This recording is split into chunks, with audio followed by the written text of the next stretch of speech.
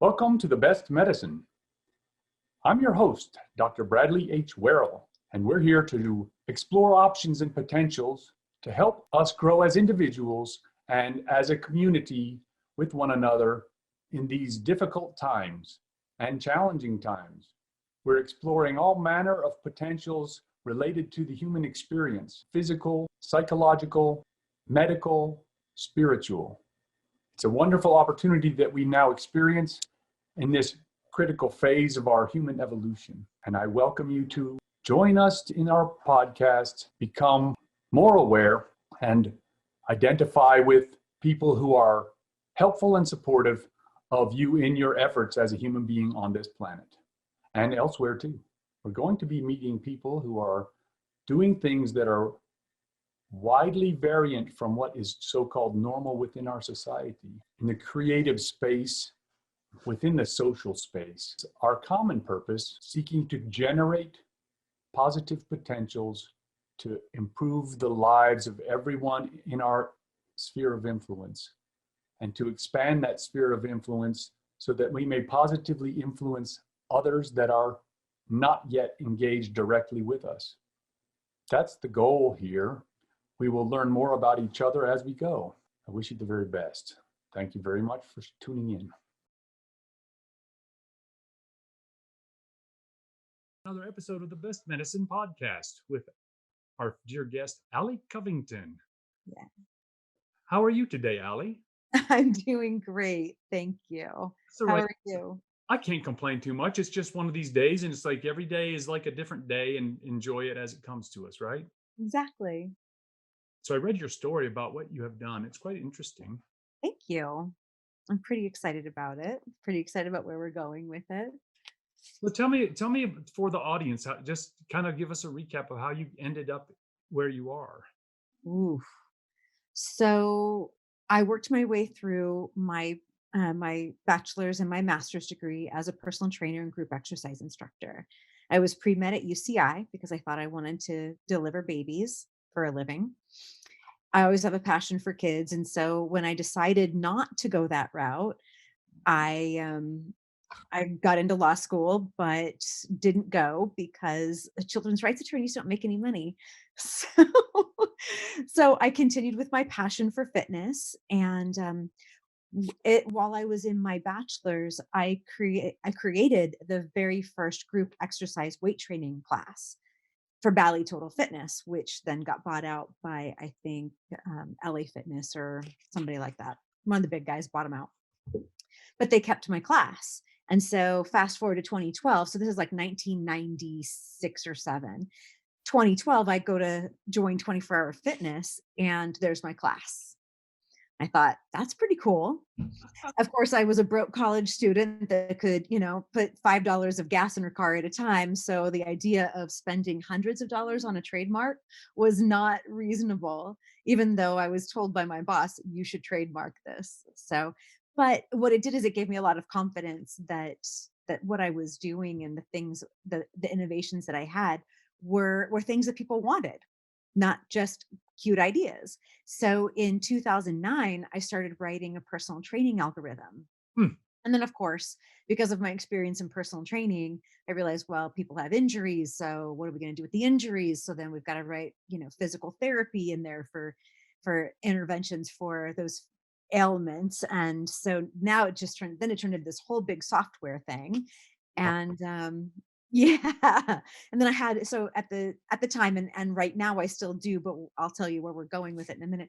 I had a static meal plan and macro tracker that I had devised my own calculations from, decades of experience with clients and seeing what worked and what didn't. And all the hands down across the board, the fitness calculations, they say this is how many calories you're supposed to have in a day, was always too many. Huh. Always too many for men and women. And so whenever we deviated from that, they did get lean. But when we went with those calculations, they just struggled to lose any kind of body fat. And so I just went with my gut, and that macro tracker and meal plan made its way into, because one of my clients knew, he has his big entrepreneur network. He went to Lance Armstrong's trainer's doctor and showed it to him, and he went, "Oh, this is awesome." And I was like, "Thank you." So I had done a lot of independent research. So I read books by thyroid doctors, by oncologists, by neurologists. I have a master's in counseling psychology as well, Wow. and so I understand the psychological impact of food and how we think about it and the excuses that we make and the way we use it to satisfy our grief and so on. But I wanted to know the intricacies of how it impacts our, our endocrinology, and how it impacts our neurology, and what do certain foods do to our brain, and micronutrients and macronutrients. And so I did a lot of research like that, and my meal plan kind of came up with the best practices from all of those doctors across the board, because they had so many similarities. There were a few that had additional nuances that others didn't have. Like the thyroid doctor didn't understand the inflammation on the white matter of the brain that the neurologist understood, but I'm just kind of a big old nerd when it comes to science and stuff like that. So You're like a science aggregator.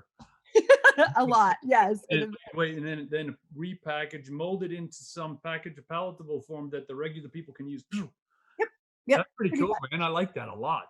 Thank you. Because It's it, but really it's interesting because it's like a scalable version of being a doctor. You know what I mean? And it's like That's the intention. I'm tipping my hat because that's way better than being a doctor.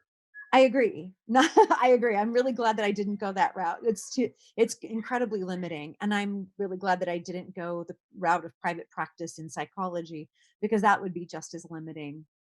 That's The interesting. governing bodies are not favorable to scaling those types of things, because they want to convince everyone that you have to be in that one-on-one position. And while my clients are still talking with me one-on-one about those nuances, they don't need me to stand there and deliver their workout to them anymore. They can do it. I've done it via video. It ended up being smarter than me because of the physical therapy part of it. And now, what I love about it too, I was explaining to a client that the trainer is almost their own worst enemy in so many ways with a client, because they're taking their feedback from their client's experience, and then they're changing the plan on the fly. My software won't change the plan on the fly. It makes you finish it and see how you did. You know, finish this, let's see where you are, and then the plan moves forward. But their feedback into my software changes the plan based on science, based on math, I like not based on gut feeling. very interesting. It's like I have so many questions to ask about that because it It is is. like it's a fascinating function that you have there. So the basically my impression is, and you correct me if I'm wrong, of course, is that you're you have the person do the work through the software and then they input their output. They input to the computer that what they were able to perform, and the Mhm. computer alters the next output. Very Yeah. fascinating. That's quite Thank interesting. No, you. like how long have you been working on that part with the programming part? I started writing everything in 2009, and Wait, did you write it? I wrote it. You I so didn't write the code. I okay. didn't write the code because I know enough. I wrote enough code in college from through classes to know I don't enjoy that. I don't enjoy sitting in front of a computer. In fact, just writing all the programming that needed to be coded in was just painful enough for me to, and then to have to write it twice was like, ugh, Right. no. It's like coding is like a whole special kind of writing too. It's very irritatingly got to be perfectly right. Right. If you put in a semicolon instead of a colon or vice versa, the whole thing doesn't work. Right? The whole thing breaks. Like, Yeah. wow. Yes, it has to be very precise. And it's like, okay, so that's 2009. And you started working with people on it when? It took forever to build because the technology for delivery wasn't there. I mean, picture 2009 is when Facebook started getting adopted, right? So, and I'm over there trying to deliver videos via, let's use YouTube. It was like, oh, okay, YouTube. YouTube was just brand new to the scene back then. So, because what I wanted to do wasn't technologically available, it really took a long time to get to this place. But I didn't open it up to the public for use really until last April. So less than a year ago. And How about some that? of, What a huh? year. What a I year. know. Well, you know what's great about it is I love COVID for this because it You're awesome. COVID did 2 things for my business. It demonstrated the need that we have for our health. Like, you've gotta have health or you are at a really high risk of all kinds of things. And people just didn't take their health that seriously before, right? They Right. were like, "Ah, you know, it'll be fine." Well, now you know why I was standing up there with my, shaking my fist going, "No, you need to listen to me now." And so COVID demonstrated that, and it demonstrated the ability that we can train remotely. That Right. we don't, because my industry has been mired in the old way of doing things, as is a whole lot of industries, right? They're reluctant to change because it means a lot of people, lose money and don't have any place to go. And so nobody wanted to admit that distance training could work. But then again, maybe they didn't realize that it did. And so it took even until It's interesting because there's a technical component to it. Because I was doing software stuff about the same time, and it was like we were doing video education stuff for osteopathic education, medical, physical manipulation education. It's like, and it's like waiting for the technology to catch up with you. To the video has to catch up to have the capacity to deliver the thing, and it's like okay, and that happened do you remember buffering on oh YouTube? yeah, yeah, around for a while. Right, you're sitting there drumming your fingers. It slows down a workout a lot when you've gotta sit there and wait for the video to buffer. So, I mean, like, we needed the hardware to catch up to where we needed them to be, and so that's what took so long, really. That's right, and it's like but it's interesting because it's like in the meantime you develop your ideas of how things should work, and it's like then you see the thing come to fruition. It's like you can't really to anticipate the change because the speed of change is fast. Can So, be. like in 5 years, where's it going to be? Right, it's going to be Yeah. in a different place, and it's like Oh, okay, for sure. no, I'm working on it right now. I'm working on it right now. In fact, one of my clients, one of the first ones in April, turned out to be a programmer. that's you. And yes, and so we currently have a testing site with the macro tracker in an app so that people can use it that way. They're not getting their workouts there yet, but we're going to eventually integrate the nutrition on top of the workout so that people no longer have to go to multiple places to get everything done. And then I can see and comment, and eventually we'll pull telemetry from wearables and calculate all of that in there together so that somebody could literally say, "Can I have an extra beer at dinner tonight?" And based on how hard they worked out, what they ate that day already, it'll tell them yes or no, or yes, but you're going to have to do this tomorrow because you didn't do it today. And we have a whole bunch of very cool other features that we're adding to it, but that's at a minimum of where we're going. I like it. I met some people on this channel that are doing like artificial intelligence stuff. You know what I mean? Like That's where wacky, we're going. wackadoodle. Like, oh yeah, and it's like, how do you make it? How do you make the artificial intelligence incorporate such information as you're already providing to create a like a sort of seamless tool, so I don't have to ask so much. Right. Kind of anticipates and goes, okay, here's what's going to happen. You're fine. That's where we're headed with it. Yeah. I'm Fascinating. It's excited. utterly fascinating, and it's like, wow. Um, Yeah, it's like the issue is putting the rubber on the road and making it go in the moment, and then investing enough to develop it for future potentials. Yes. Challenging, isn't it? Bootstrapping a company is a whole set of skills that you learn like you're drinking from a fire hose every day. That's it. That's It's it. fun. And it's okay. It's okay, and I don't mind it. It's tricky. It's tricky. Yeah. It's like okay, like I went to pediatrician. I went to a pediatrician. I was taking my kid there before I went to medical school. Okay, and Mhm. I told him I'm going to go to medical school, and he told me the cryptic words, there's lots of ways to make money. And I didn't understand it until 10 years later. I'm like, oh, I bit the apple too soon, maybe. I don't know. How it goes, right? It's how it Yeah, goes. And you kind of wrap into whatever, however, wherever you land, you kind of go with that and roll it into the snowball that you're going to make the, yeah, snowman out of it. that's right. And it's like, so counseling, that's interesting too. That's quite, the psychology thing is interesting. Yeah, and you'd be really surprised at how your diet impacts your mental health. I think so. And it's like, I studied that, I did the ketogenic thing, and it's like, it's fascinating, the gut biome, right? And it's Yep. like, I don't know where that goes, because that's total weird land. Like, you know what I mean? It's like, I know a little bit about where it goes because I did a lot of research on it and I had a number of conversations with a microbiologist that's developed a medical grade probiotic. And it's fascinating. But if the bad bacteria yeah, sends off, sends off signals to the brain that signal, I'm hungry for sugar. I want sugar because that's what it feeds off of. And that's what gives it more right. strength to That's right. overpower the good bacteria.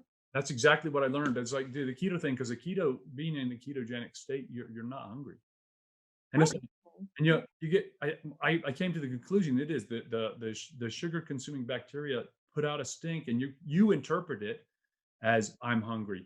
And then That's you throw some sugar at them and they shut up, and you're like, see, I'm not hungry now. right. And it's like, the the fascinating function of it. I do CrossFit. I started doing CrossFit in about when you started doing your thing. I started in March. Okay. So I'm studying CrossFit. I got a 71-year-old coach who's crazy strong. Okay. Huh. It's like, here you go. Sorry, you're hearing my Oh, son in the no, background. nothing. You're doing great. The 71-year-old coach to tell me crazy things that don't make any sense, which I'm like this. If what I was saying in my head made more sense than listening to the coach, I wouldn't need him. Right. Right. But he's saying the wrong thing in my ear that was like just jarringly strange. It's like this. So you're doing the thing. You're in a highly anaerobic state. You're hypoxic, and your heart's going too fast. And he's like, look, you're not going to get comfortable. You're not going to catch your breath. You're going to fatigue, and your heart's going too fast. And just learn how to accept that state and perform more in it. Exactly. And then he says, ignore the signals coming from your body. I'm like, what? Yep. What? Tune out the burn. I'm like this. Tune it out. So I'm like, okay, I'll just pretend he's right. I determined that what he was saying was not quite correct. So I corrected him a little bit later. It was maybe, months later. And it Uh-huh. goes like this. The difference is this: it's not so much ignore the signals coming from your body, but ignore your interpretation of the signals, Right. which is like the Instead of body. saying it hurts, it No, just I gotta stop. I gotta yeah, stop right now, because right. No, because you don't. I know, right? Yeah. So I just burned through it now. I'm like, okay, that's just it's different, and it's interestingly liberatingly in a functional way. Mhm. I have a back problem that I'm working on for 33 years, and in the last 9 months, I've done way more than all the rest of the time I tried to fix my back Really? without help. Oh yeah, just doing the CrossFit. And it's like, you know, because it's all the opposite of what I was telling myself as I was trying to fix my back without any help. And it's Mhm. like you're making it up as you go along with it's functional medicine, right? Yeah, And it's like, it is. um, I knew I didn't know what I was doing. I avoided judiciously doing what I'm doing now because I'm afraid I'm going to train myself to be wrong. That makes sense because I No, can do it. yeah. Well, you're human, right? But You can know I made myself coachable, which is like that's a big step for me. I'm a kind of independent hardhead knucklehead or something like that. you're in good company. There are a lot like That's that. so it's like this. So it's like just listen to the coach and act like he knows or she knows what they're talking about, because it's like that's how it goes. Right. Because a person like you, it's like I have no clue what you know, because it's like you dealt with a lot of people on this very specific topic and go, okay, this is how it plays out, Mhm. and with nuance, right? Mhm. And that's fascinating. I like that the clinical psychology part of it too a lot. It made me a better trainer. While I was going through my master's program, I was working full time, and I was already the number one trainer in the club, but it just made me that much better to have that psychology background as I was developing it. Yeah, clients really got a lot more out of it, and I did too. It was far more fulfilling for me because then I could speak to what was really going on. Right, right. Yeah, So the interesting function of that clinical psychology is it's and I it's medicine is like psychological mostly, and it is. is hugely psychological. Otherwise, we wouldn't be measuring everything against a placebo. How about that, right? Well, and that's what homeopathic medicine is. Well, I don't know. There's arguments on that. Well, Right. but homeopathic medicine is basically just like the essence of whatever it is that you're trying to get across, and your body is going. It's almost like quantum physics in a way, Oh, yeah. but you're like introducing it energetically almost, and it's like okay, and it Yeah, works. blah, woo. Yeah. Like, well, what's it? Nothing. There's nothing in there. And if that's the most powerful one that has nothing, or half of nothing, or a thousandth of nothing is Okay. really kick-ass powerful. And then, like, okay. Yep. Okay, you know, like so homeopathic. My uncle was a homeopathic. He was a psychiatrist. A lot of he told me this when I was traveling through town. I was in first year medical school and studying biochemistry, and I'm driving through and I stopped and visited him, and he stopped and he told me this thing that just jarred me to no end. He said, Brad, everything is hypnosis. And I'm like, biochemistry is somehow hypnosis, and I don't understand what he's talking about, man. But Well, when you think about the atoms, right? There, what's in the space of the atoms? no, Energy. yeah, just energy, right? It's energy, and energy is moving and flowing, and you can direct that energy. And so those atoms can move or not move based on the thoughts that you're thinking and the process and the energy that you're sending there. So yeah, I've got we could get into a whole lot on all of that too. Energetics, man. It's like quite interesting. I Mm. studied massage therapy before I did medicine. Yeah. Yeah, that's fascinating, man. It's like the most interesting function of it goes like this. So I had a patient. She's anxious and depressed, right? And it's Mhm. like she had a every good reason to be anxious because she got T-boned in an intersection when she was driving. Sure. Okay, okay. So she gets this vibration in her diaphragm. She interprets it as that's my anxiety. But she Mhm. created a positive feedback cycle for her mind where she goes, it's my anxiety and it's getting worse and it's depressing me and I don't feel like doing anything. And she positively reinforced all of those elements. Yep. And I'm like, see, I would refer you to a psychiatrist, but I'm afraid of that they might cause you to believe that you actually have a problem. They probably would. Oh yeah. And I'm like, that's the last thing And because they give her a medication for it. yeah. And I'm like, this look, there's nothing wrong with you, okay? Right.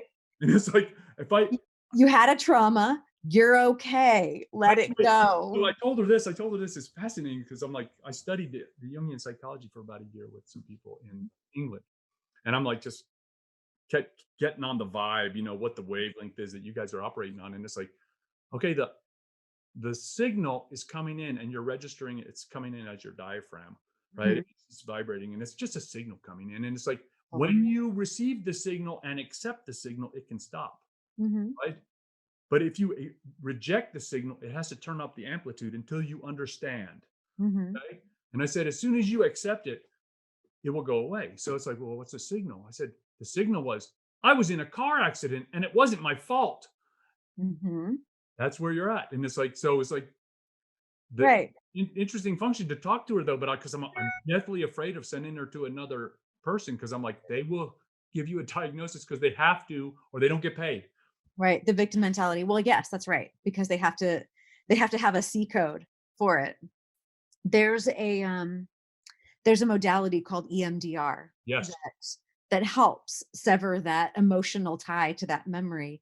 But energy and depression, I mean anxiety and depression are two ends of the same spectrum. It's just either low energy or too much energy. She just needs to bring herself energetically back to the middle. And if she meditated and got in the beginning of every morning, got herself balanced energetically, she would have less and less of that one Oh, way or so the it's other, like a those bipolar function. extremes.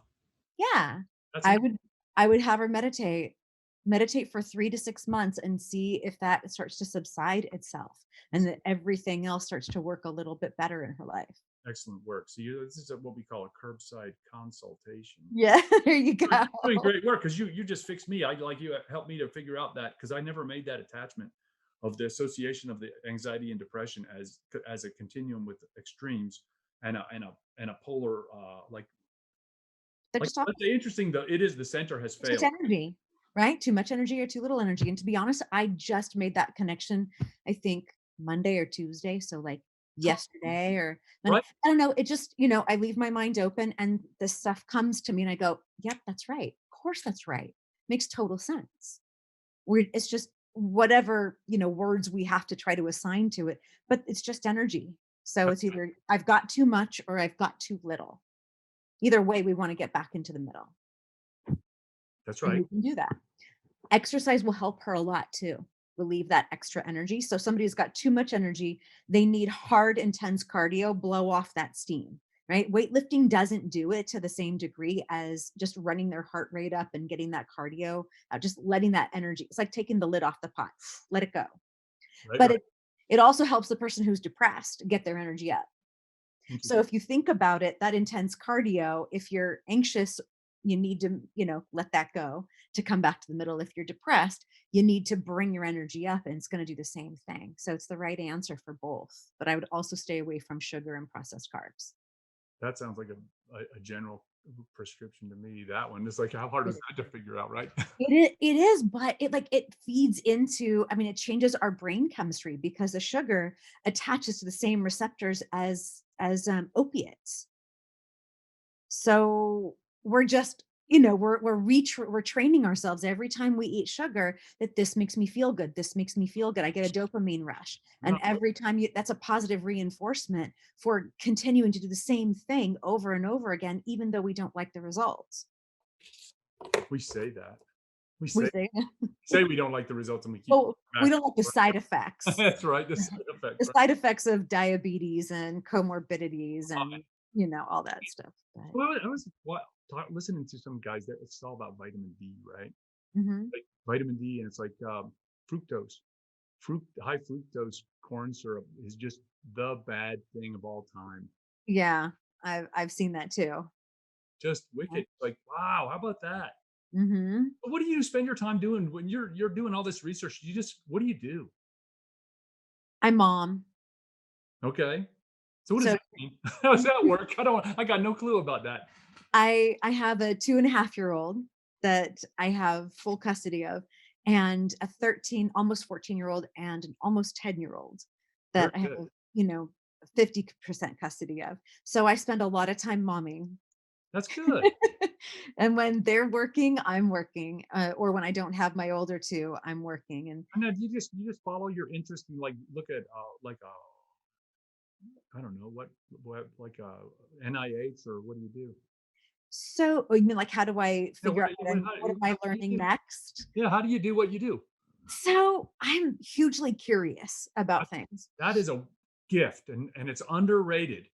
It's really kind of fun too, because about 5 years ago or so, I was like, "What is this epigenetic stuff?" Because when I was researching gut stuff, Yes. then I found that there are probiotics that will epigenetically turn off the fat storage gene and turn on the fat burning gene because of the amino acids that are byproducts of the bacteria eating fiber and of this particular bacteria eating fiber.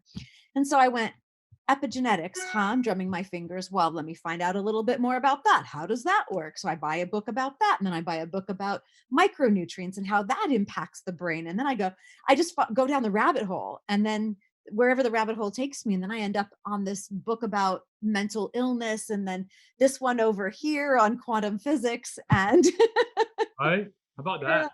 it's But fun. what's amazing because I sort of did that thing and I was like because I was in private practice and it was just man it was like it's like systematically oppressed private practice in medicine in the United States at the I present bet. time.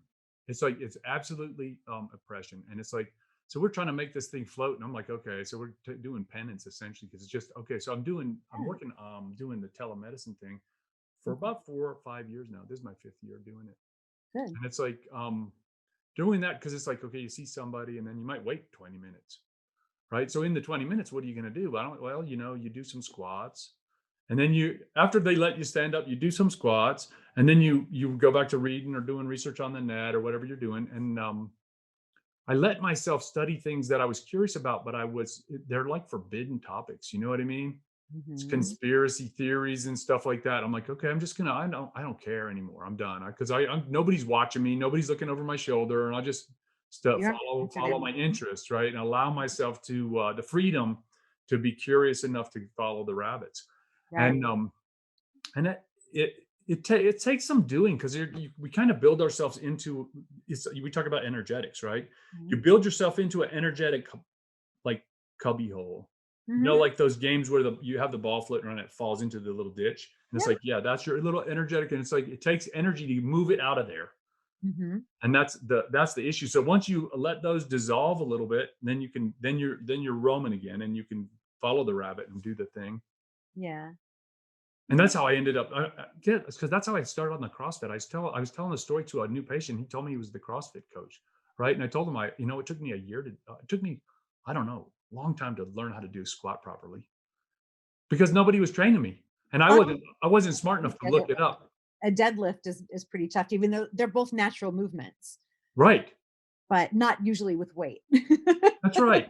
That's right. But it's like, so he's my new patient, right? And his wife's in there, and I told him the story, and he goes, "Do a squat for me." And I'm wearing my white coat, and I'm like, "I'll do a squat," but that was a weird request, right? Like, now I'm performing a squat for you, nice people. And I'm like, both Right. of you, I don't know. He's assessing you. That's it. And I'm like, it's okay. And I did a pretty good job, I guess. Yeah. Anyway, so that was so that's the issue is just allow yourself to be curious, right? And that's hard because it's like there's social stigma, like the stuff I study. I can't My father's a history professor. I Mhm. can't talk to him about it because he won't hear the conversation. Oh, Yeah. I'm very familiar with that father. Mine was a chemistry teacher, and Okay. his attitude was better living through chemistry, the chemistry that doctors will prescribe pills for you to take. And I am a anti pill as much as possible. Your body is capable of healing itself. It doesn't, you just need to get out of its way. Stop That's doing right. the thing that you're doing that's making it sick. Get How out of about its way that? and it'll fix itself. Right? It's smart. It's really smart. Smarter than we are. And I was on the phone with a client yesterday. I said, your body is smarter than you. If you're under your calories for the day or under your macros for the day, don't sweat it. If you're not getting enough protein for the day, don't sweat it. If you're not hungry, you don't need to go eat more. Right? Let your body tell you what it needs. But on conversely, on another day, if you're just ravenous for more protein, eat it. Your body's telling you it needs it.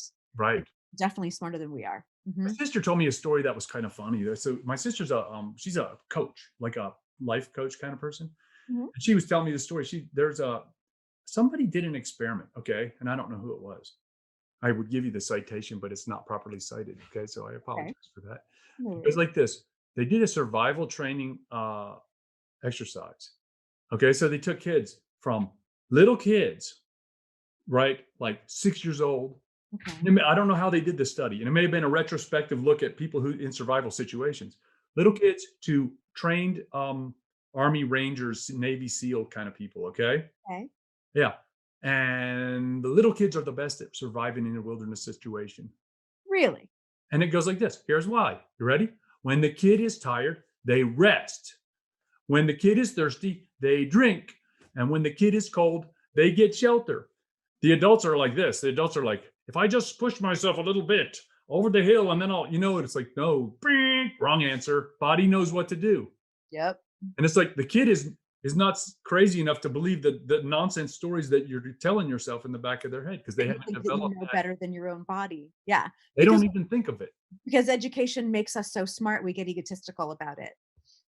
I know. Isn't that funny? I don't know. I like it. It's awful. It's like that. I don't want it to. It's so It's okay. charged. The moment is so charged. You know what I mean? Just Yeah. the educational system is questionable at the very best. Okay. No, I'm not gonna argue with you about that. I'm curious though, what was your back problem? Oh, I have a spondylolisthesis L5. That sounds like fun. So I was supposed to go to the Air Force Academy, and then it's like this. I did their physicals and passed. I had the paper in my hand to go when I was 18. And then I was running indoor track on a bank track in the winter time. And it just ripped me up. Like, oh, I was in just incredible pain. I couldn't get out of bed one day. It's Really? like this. I lived in the attic. I couldn't scream for help. I couldn't do it. I couldn't, You didn't I have had to, I had great to make pressure. myself get out of bed. And it's like, oh my, awful. And it's like, so I had to independently, doctors found it. That was before they had CT. They had this thing called a tomograph, and it's Okay. like doing x-rays, and it's doing this, it's moving around to take the picture. And they discovered that the L5 is there's a vertebral body, and then Mhm. there's the part on the back that is the spinous processes. Mhm. That looks like a T, right? The T part of the T-bone. Yeah. Yeah, and they're not attached on L5. So that thing's like this, okay? So it's like the thing is sliding forward a little bit and it's pinching the nerves. Okay. So So one you of the, I have to work. remember when I was in third grade, I was walking to school and I get saddle numbness. I knew it.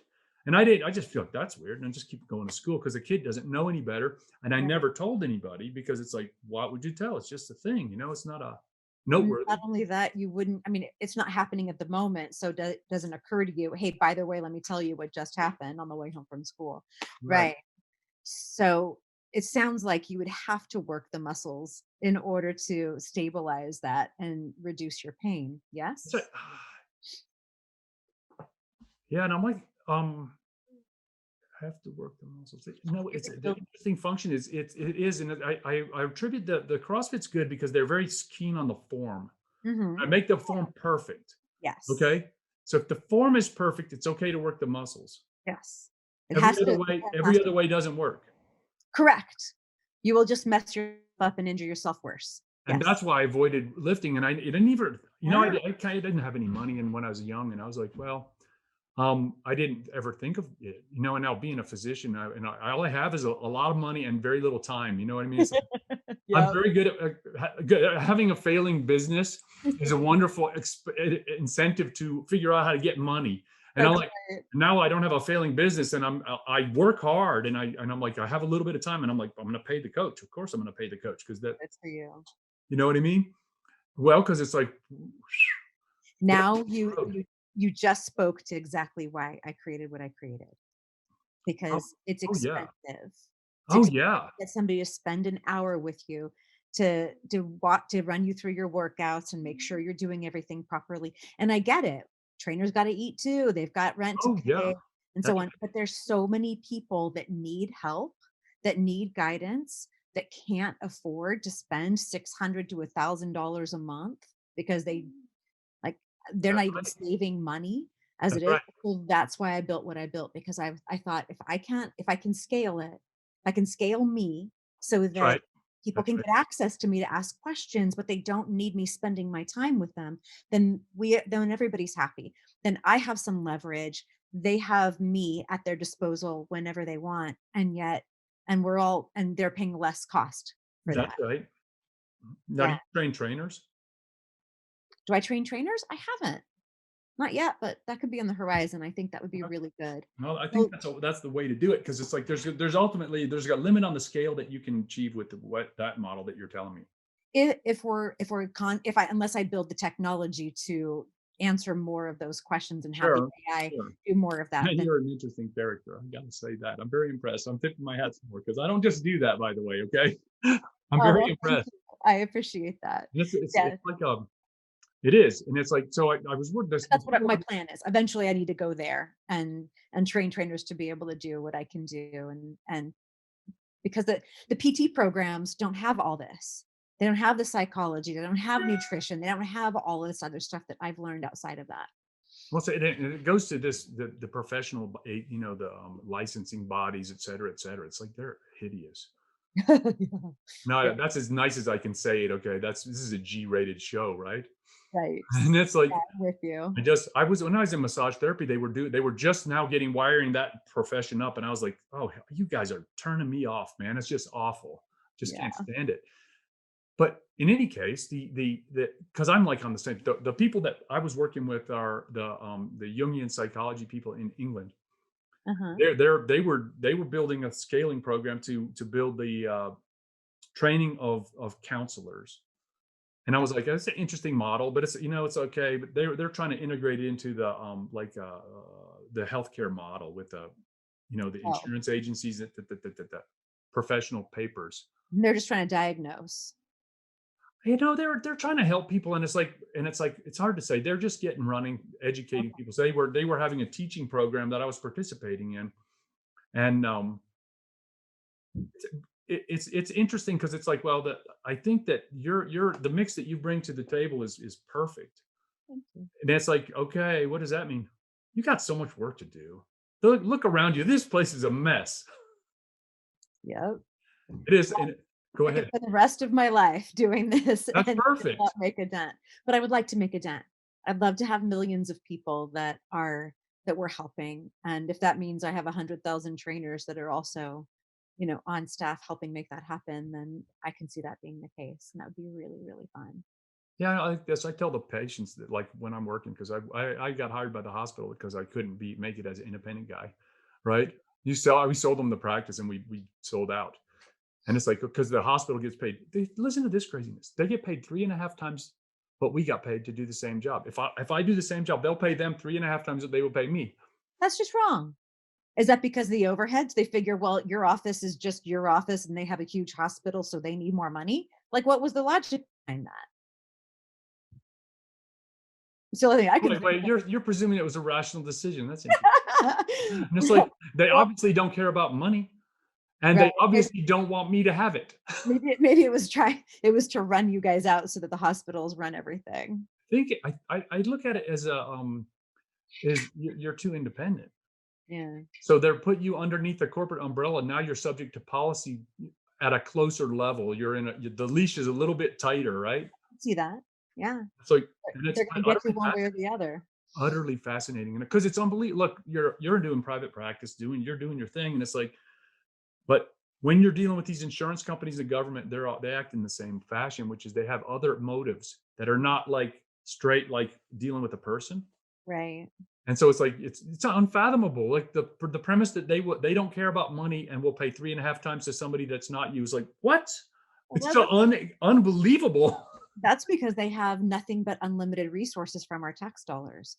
So they don't care about spending too much money on any one thing No, because it's really not their money anyway. money is not out. It's our Right? money that they're spending on it. And Yeah. I studied it like this. I was look out the window. I look out the window and I'm like, we see all this misery out there. You know what I mean? It's just abject misery. The people are not happy. Nobody has any money, and it's just everybody's not, starting to develop a constant frown. And I'm like, I thought about it. You look at the system, and I used to think the old thinking was they take all the money because they need the money. I'm like, yeah, they don't need the money. They want you not to have the money so that when they sprinkle it out in front of you, you run. Right. And so then if they have all of your money, then you need them. That's right. That's It's right. Because tendency. they're the ones sprinkling it out there, and now you jump through the hoops and dig the holes and do whatever it is that you want done. That's right. That's like psychological, right? Yep. But so the interesting thing to me doing the CrossFit was like this is like the CrossFit thing was interesting in the light of the Jungian psychotherapy. Okay. Mhm. And I'll tell you how it worked that I was interested by, because I found it to be fascinating, because it's like, okay, and I'm not an excellent exercise person. I'm just beginning. Okay. So it goes like this. It's like, okay, you start working out, and then you're getting into this phase where you start to, this is a bizarre physiological state. My heart is too fast and my oxygen is too low, and I'm getting tired, and I've got a lot more work to do. And there's a timer or something on the play, right? And it's like, but you start to panic. You can panic, right? Which is Mhm. your breathing gets disturbed, and you're like, because you're not handling it well, right? As Mhm. you're getting to this state, and it's like, okay, what happens is you can't think properly. You're like, even just counting is a chore. That's like almost too much, and you're demanding that you're going to do some more, whatever the thing is, right? Mhm. What happens is, as you demand more, so the ego demands more from the body recruits more latent potential that has been neglected, right? Mhm. And then once it's been attached to the ego by demand, Mhm. then it's more likely to be accessed later, because Mhm. it remembers the connection between the ego and the body is increased, right? In the, like, Okay. it's the ego attached function, right? Mhm. Well, it took me a long time to figure out that. Even to be able to articulate it took a year at least. I can see that. My instinct first went to adrenaline. There's the pathway by which your latent potential comes to fruition. Right, right. And it's like, cocaine probably works too, I imagine, but I don't know. Yeah. You It's push like, it hard enough and adrenaline will kick in. that's right. So it's like but the function is not it. It is the nervous system, the body recruits from latent potential in the body Mhm. that which was neglected. Or I think that's a fair word for neurologic disuse, right? Like it's Okay. a neglect syndrome is I just don't use it. I don't pay attention to it. I just ignore it. Right. Right. There's And strength in the other thing that's restricted interesting to skills me that you don't do on a daily basis. is the body is a uh like tensegrity structure, right? Okay. And it's like this. So it's all tension patterns Mhm. laid on the skeleton as a compression element. Uh-huh. Okay, so it's like this way. Now I was remember talking about the shape you're in, and it's like, what does that mean exactly, right? It's a strange thing, and it's like, well, so doing my thing, and I'm like, I'm doing these adjustments. It's like it feels like minor spinal or spinal or just general skeletal arrangements have different because the tension patterns among the various 208 muscles or so, I don't think there's like 700 muscles or something in the human body, Yeah. depending on how you parse it out, right? 208 bones, I believe. Yeah, 200, yeah, something like that. It's like so it is like adjusting the tension patterns on those parts makes a huge difference, and you feel different. And you Mhm. have to accept that feeling, which is like, okay, that's not how I feel when it's abnormal feeling, right? Right. Change the shape you're in. And It could be a centimeter oh, movement. that's huge. Yeah. That's huge. That means the difference between like full muscle contraction and not, or enough physical tension on a joint that could start to eventually cause an issue on your spine or not cause an issue on your spine. Like, yeah, I get it. It's utterly fascinating. And it's like, well, what the trick to me was like, one of the things I was interested in when I studied massage therapy, I was like, this is like, so we're learning all the anatomy, and my brain's doing all whatever, it wiggles around and does stuff when I'm studying that. And it's like, I became aware of the tension patterns and their emotional attachments when I was in massage school.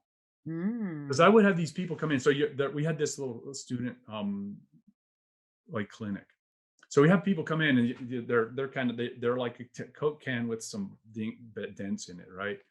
And it's like this. So the massage therapy job is to smooth it out and make it back into its original form again, and then cut it loose.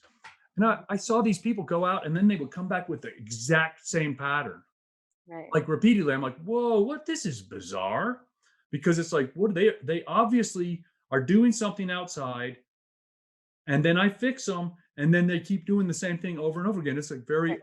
what is it? It's not. It's like restorative work instead of like transformative work, right? Correct. Yeah. And I'm not interested in it. I'm not interested. I'm interested in transformational work, is because I teach you how to fish. I'm not interested in fishing for you because you don't pay me enough for fish. Massage therapy isn't the way to go. Well, it's like this. It's like I'm interested in. I became interested then. It's like you look at the tension pattern and then associate it with the emotional pattern. Mhm. Like, so how can we look at that body and understand the emotionality associated with it to help heal it and make it stop doing it? Whatever it is, the thing that makes it dented up, and it's like starts complaining about whatever the problem is. And I don't know. Like Mhm. it's like this. Um, I was talking to a lady, she was depressed. She was on telemedicine, right? So she's in a car and she's talking to me and she's depressed. And I'm like, I pretty much I said something to her, made her laugh because it was this what's his name? Shoot. Bob Newhart. Okay. Just stop it. Okay. Right, like You that know, word. you know what I'm talking about? Because I Yep. pretty much told her that, and she laughed, and she's like, because I'm like, that's pretty much it right there. It's pretty right. But it's like, how do you do that? That's easy to say and hard to do, right? I can understand that. In my experience, just saying just stop doing something is paying attention to the thing that you don't want, that you don't want. So as long as you're saying, I'm going to stop thinking this way, or I'm going to stop doing this thing, then you're putting energy into that system that is what you don't want. So you're better off saying, okay, instead of stopping being depressed, I'm going Right. to start focusing on the things that bring me joy, the That's things right. that make me happy. Focus my attention over here and I'll get more of that. If I focus my attention over there, I'll get more of that. That's So right. No, stopping negative it won't doesn't work. work. Negative won't. Starting this does. That's right. Negative won't work. Only positive works. Yeah.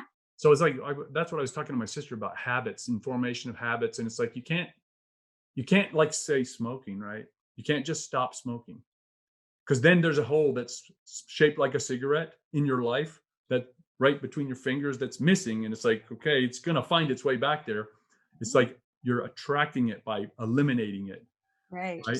And so it's like you have to like displace it. I call it like a habitual displacement or something like that. Yeah. You just do something that is better, Replace it with something else like cardio, weight right? training, Right.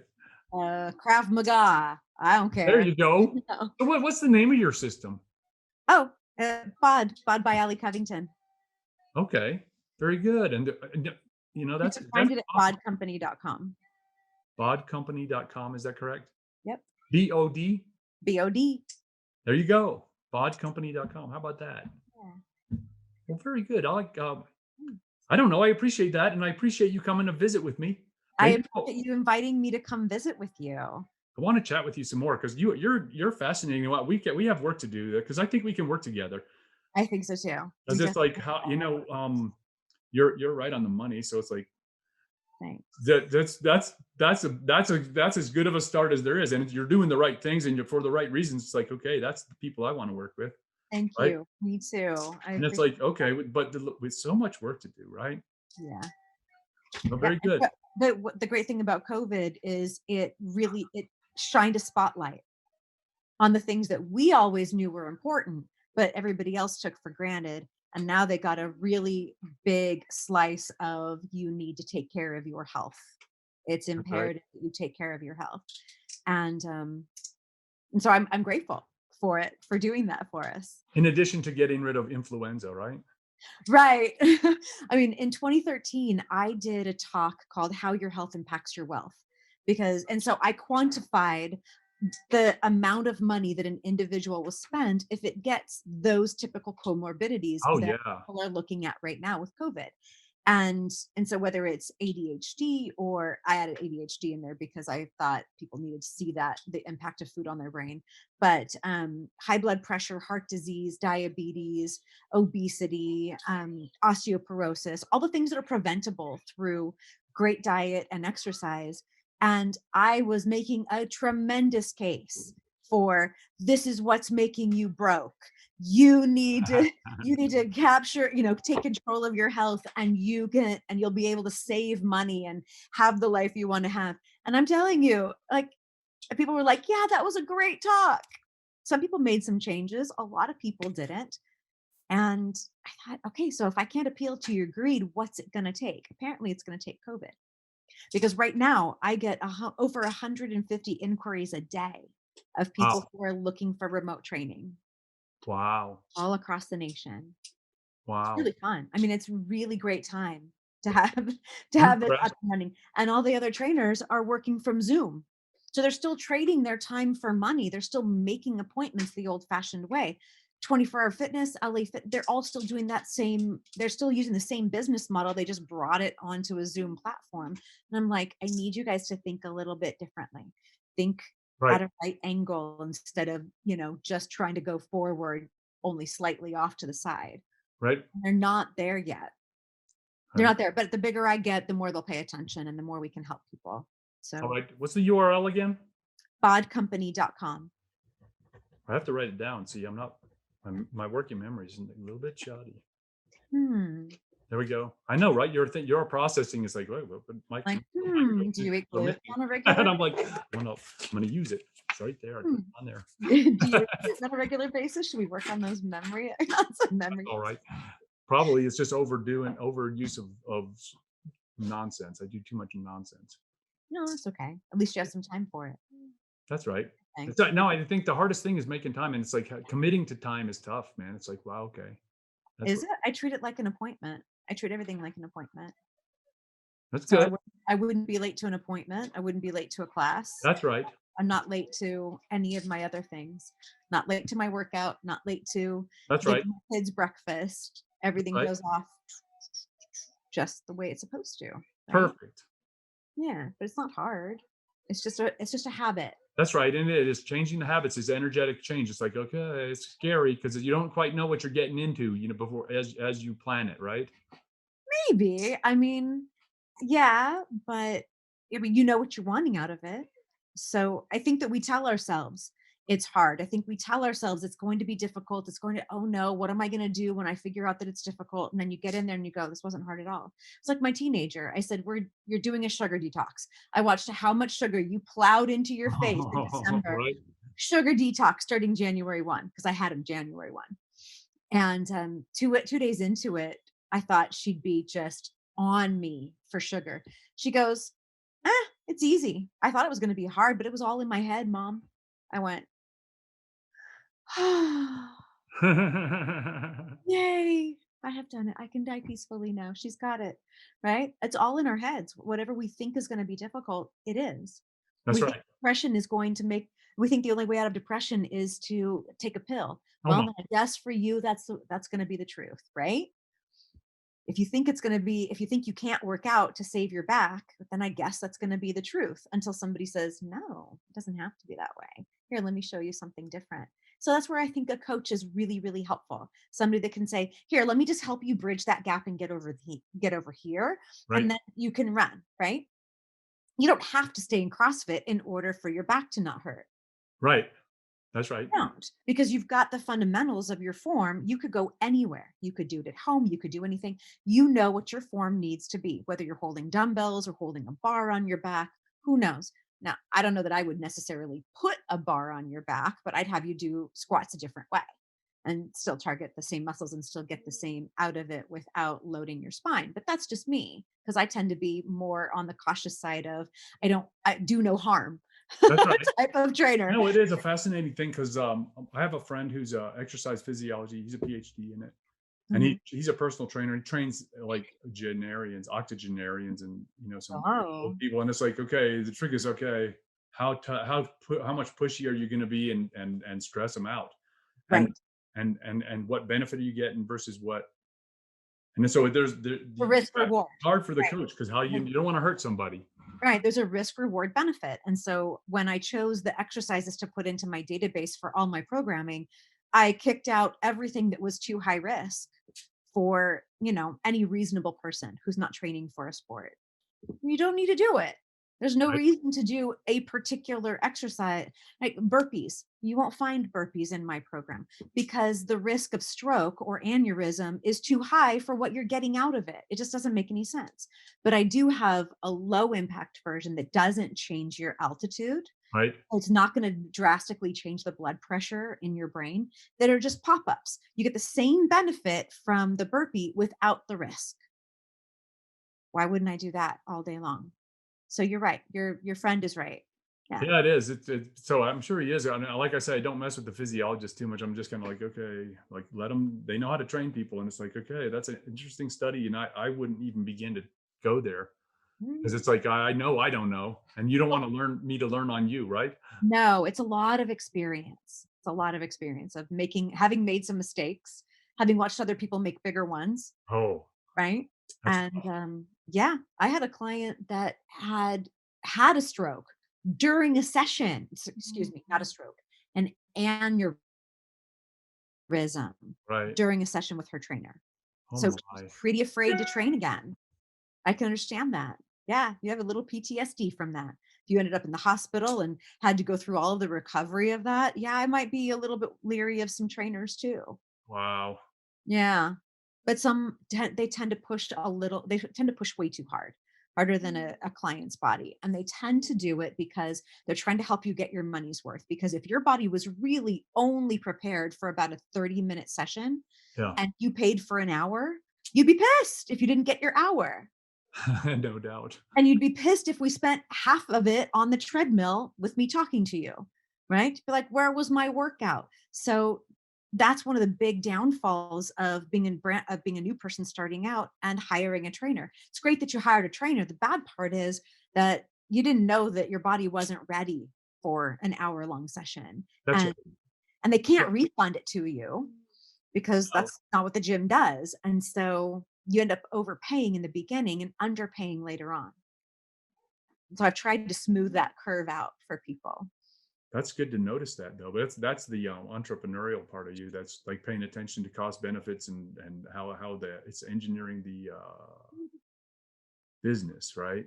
Mhm. Like how because it is there's What are the You're gonna problems? everything gets paid for, and it's like just about where the benefits going to come and how the payment evens out over the demand and the service. Yeah, and when I explain that to clients, they're like, "Thank you so much for doing this." I was like, "No problem." No problem. Now, That's if right. you'd asked me, 8, 10 years ago, it was just banging my head up against a wall to Right. find anybody that could build what I wanted to build. But yeah, it's been good. It's Good been work. fun. Thank you. I Well, appreciate like I it. say, I look forward to chatting with you again, and I'll let you get on with your daily activities. I'm sure you have something planned. Well, I have a little one who's been trying to get my attention for most of our conversation, and he would really like me to go play with him. There you go. Get out of here, and I look forward to chatting with you later. Okay. All right, sounds good. Thank you. A pleasure to meet you. Pleasure to meet you too. Bye now. I hope you enjoyed this episode of the Best Medicine Podcast with Bradley H. Werrell, DO. Don't forget to hit like and subscribe below, either over there or over there. Also, if you're interested in a medical consultation with myself, there's also information below.